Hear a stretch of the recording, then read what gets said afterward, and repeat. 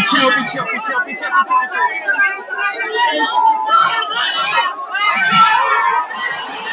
साथियों नमस्कार। साथियों चर्चा करेंगे उत्तर प्रदेश के सबसे बड़े शिक्षक भर्ती के बारे में। 2018 में आई हुई इस शिक्षक भर्ती को लेकर तमाम प्रश्न हैं, तमाम बातें हैं, आज उसी पर चर्चा करेंगे। 69,000 शिक्षक भर्ती कोर्ट के एक आदेश के पश्चात उत्तर प्रदेश में 1,26,000 शिक्षकों की भर्ती होनी थी, जिसके क्रम में सर्वप्रथम 68,500 शिक्षकों की भर्ती की गई। उसमें भी कुछ अनियमितताएं रही, हालांकि वो समय के साथ साथ धीरे धीरे माननीय कोर्ट के हस्तक्षेप से समाप्त हो गई। 2018 में 1,26,000 का ही एक और जो हिस्सा बचा था, 69,000 शिक्षक भर्ती निकाली गई और लगभग 4 लाख अभ्यर्थियों ने इसमें आवेदन किए। 4 लाख से ज़्यादा थे, शायद 4,10,000 अभ्यर्थी थे।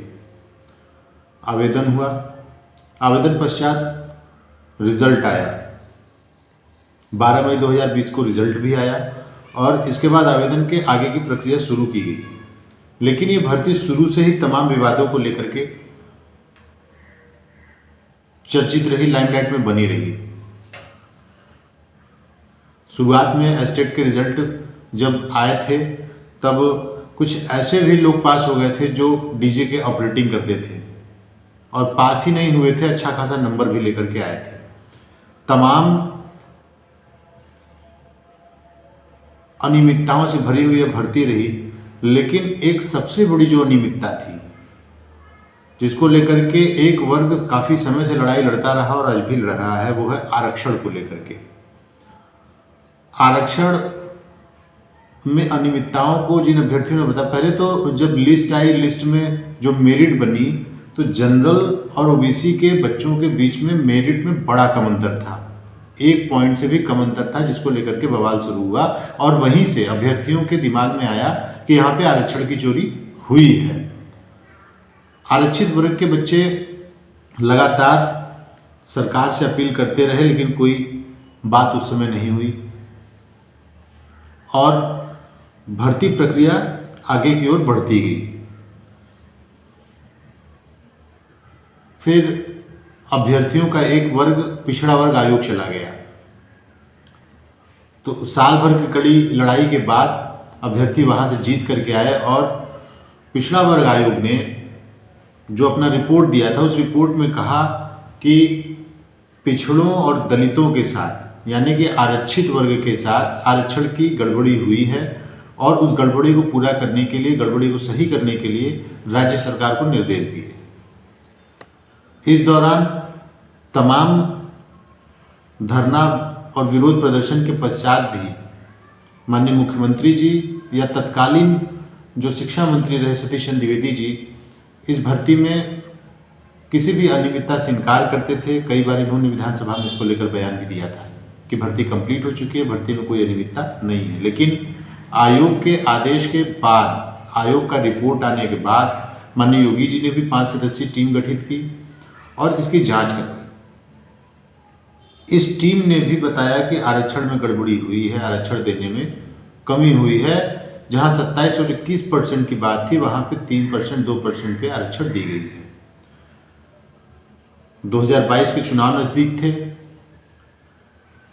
बच्चों का लगातार धरना प्रदर्शन जारी था, विरोध प्रदर्शन जारी था। इसी बीच माननीय योगी जी के हस्तक्षेप के पश्चात 5 जनवरी 2022 को आरक्षित वर्ग के बच्चों के लिए एक लिस्ट निकाली जाती है और सरकार द्वारा कहा जाता है कि इतने ही पदों की गबन हुई थी और वो लिस्ट होती है 6800 पदों की। मतलब एक लाइन में अगर कहा जाए तो सरकार अपनी गलती को मानते हुए विभाग द्वारा 6800 सीटों की एक लिस्ट निकाली जाती है और बताया जाता है कि इतने ही सीटों की गबन हुई थी। माननीय तत्कालीन शिक्षा मंत्री महोदय का कहना था कि ये प्रोसेस 15-20 दिनों में कंप्लीट किया जाएगा और आप जनवरी ख़त्म होते होते अपने स्कूल में होंगे। हालांकि ऐसा हुआ नहीं, अधिकारियों ने या विभाग ने या जैसे भी इसको लटकाए रखा और 2022 की अधिसूचना लग गई। जब अधिसूचना चुनाव की जारी हो गई तो आगे भर्ती प्रक्रिया रुक गई और इसी के कारण से कुछ बच्चे जो थे, जो लगातार 27-21% की लड़ाई लड़ रहे थे, वो कोर्ट चले गए, हाई कोर्ट चले गए। हाई कोर्ट ने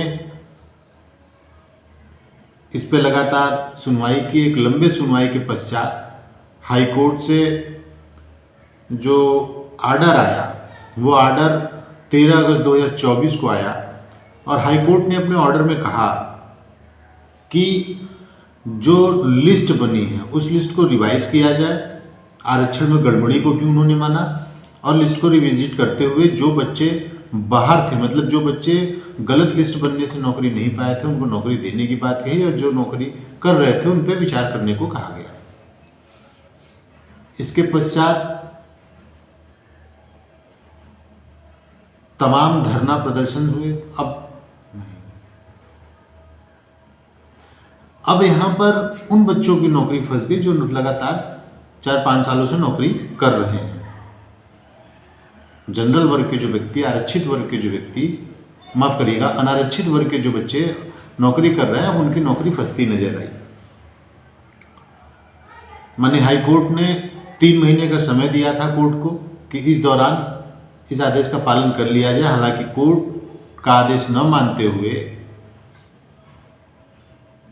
सरकार ने, अधिकारियों ने इंतजार किया कि ये मामला फिर से सुप्रीम कोर्ट में जाकर के फंसे और कहीं न कहीं इन्हीं अधिकारियों के हस्तक्षेप ने, इन्हीं अधिकारियों के कारण ही ये मामला हाई कोर्ट में गया। अन्यथा अगर सरकार चाहती तो सरकार या विभाग वहीं से इस मामले का पटाक्षेप कर सकती थी। अब मामला सुप्रीम कोर्ट में है। लगभग 1.5 साल तारीख पे तारीख लगते गए। 23-24 तारीख बीत गए और कभी सुनवाई नहीं हुई। बीते 18 नवंबर को माननीय सुप्रीम कोर्ट में सुनवाई हुई। 24-25 डेट लगने के बाद एक बड़ा मैराथन सुनवाई हुई, लगभग 1 घंटा 40 मिनट की।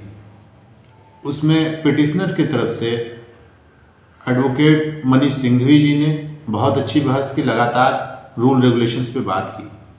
अब आगे की तारीख 16 दिसंबर 2025 की लगाई गई है। ये इस एक वीडियो में इस मामले को समेटना बड़ा बेईमानी होगी उन बच्चों के साथ जो बच्चे लगातार 4-5 सालों से लगातार अपने हक की लड़ाई लड़ रहे हैं।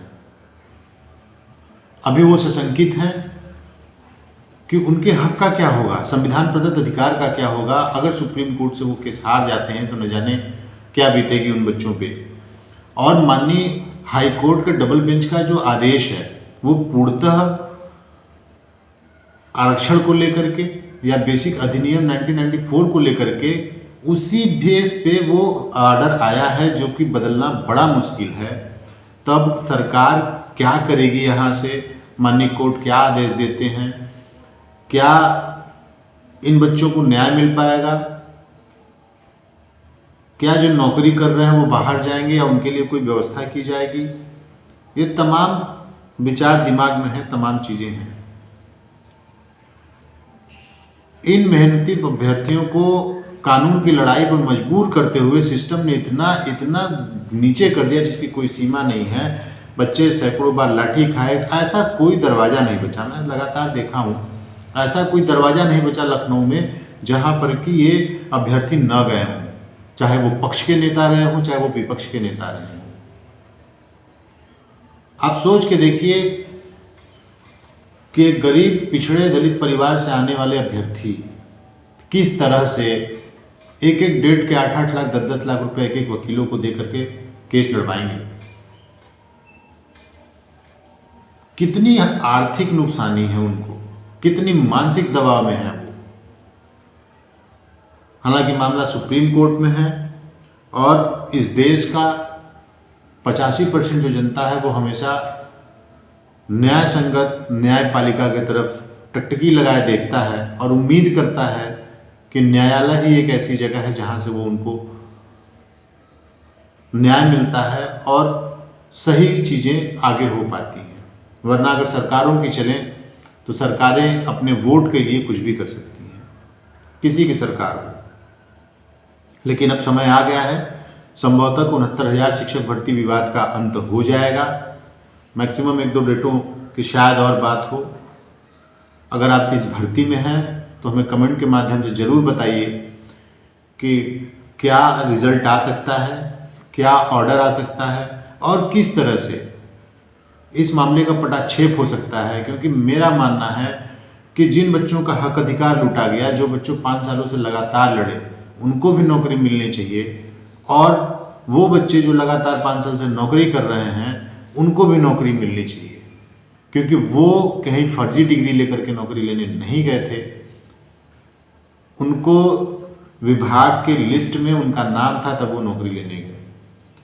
तो माननीय न्यायालय में है मामला, सरकार चाहे पटाक्षेप कर सकती है, सरकार एक ऐसी सर्कुलर ले जाए जिससे एक ऐसा बना करके ले जाए नियम कानून, चाहे जो भी कोर्ट में रखे वो उनकी चीज़ें हैं, कि किस तरह से दोनों वर्ग संतुष्ट हो जाए।